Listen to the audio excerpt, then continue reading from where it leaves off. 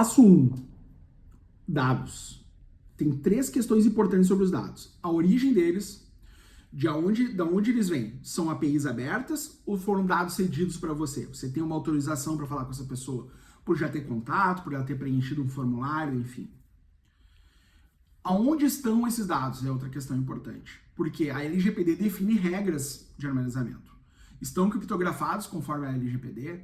A transmissão é criptografada, porque muitas vezes apenas o servidor está criptografado não é suficiente. A lei define sobre transmissão. Então, cuidado com servidores locais, caseiros. Outra questão importante é a manipulação desses dados. Quem manipula os dados antes da equipe ou do candidato não pode ter acesso direto aos dados sensíveis. Só quem pode é a equipe que tem a justificativa ou autorização.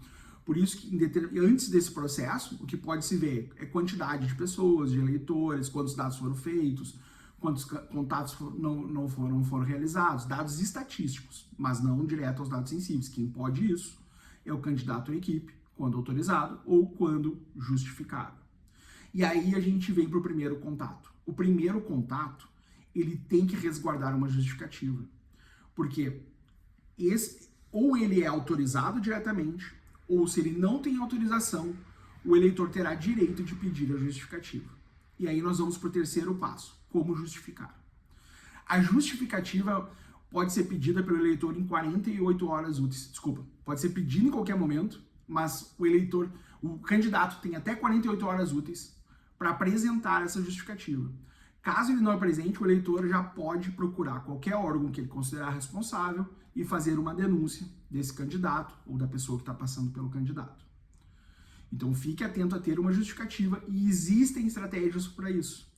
Como de repente a gente trazer esses eleitores para dentro do ambiente em comum com esse candidato ou com a equipe dele.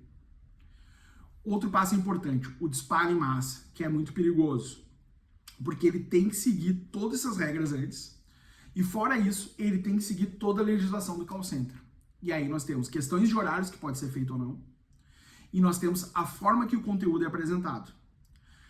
Não só aquelas questões mais óbvias, como mentiras, fake news, ofensas, mas também naquelas informações que a gente for apresentar, elas seguem uma ordem que a lei do call center ativo define.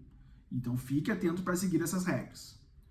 Por fim, a gente vem para a questão do contato direto, que é quando o candidato realmente vai falar com esse eleitor, ou quando a equipe dele vai falar com esse eleitor. Não pode ser uma conversa simulada, ou seja, não podemos criar IAs para simular conversas, tem que ser um ser humano, e tem que ter a justificativa também, porque o eleitor pode pedir para aquele candidato de onde você tirou meu contato, porque você está falando isso comigo. E é nesse momento que a gente tem 2 questões importantes. Criar um ambiente de justificável e já aproveitar para criar o assunto de conexão, para que esse candidato gere uma conexão direta com o eleitor. Claro que a parte do assunto e conexão, isso não está na lei, mas já que chegamos até lá, é importante que a gente passe esse passo para que transforme esse papo num voto garantido.